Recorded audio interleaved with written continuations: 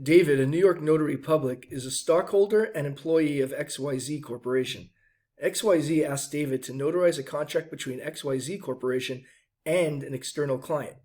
David is also personally named as a party in the contract due to his role in the project. Which of the following actions is David permitted to take under the New York State Notary Public law?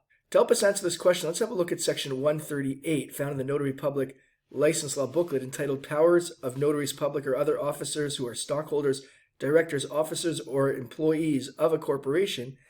And, in fact, Notaries Public may notarize for stockholders, directors, officers, or employees of a corporation.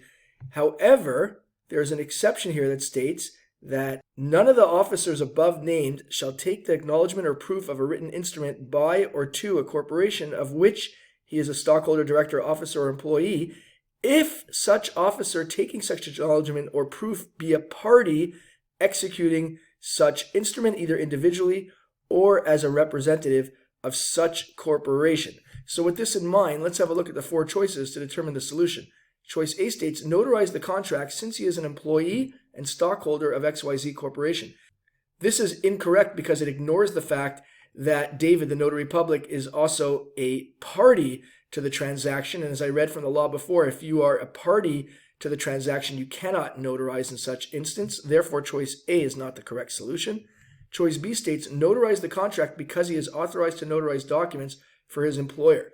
Once again, this ignores the fact that David, the Notary Public, is also a party to the transaction, and therefore choice B is not the correct solution either. Choice C states, refuse to notarize the contract because he is individually a party to the instrument.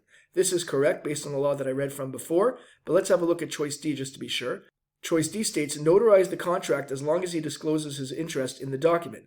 This is incorrect because whether or not he discloses his interest in the document, the law is clear that if he is a party, he cannot notarize in such instance, and therefore choice D is not the correct solution either, which indeed leaves choice C, refuse to notarize the contract because he is individually a party to the instrument, as the correct solution.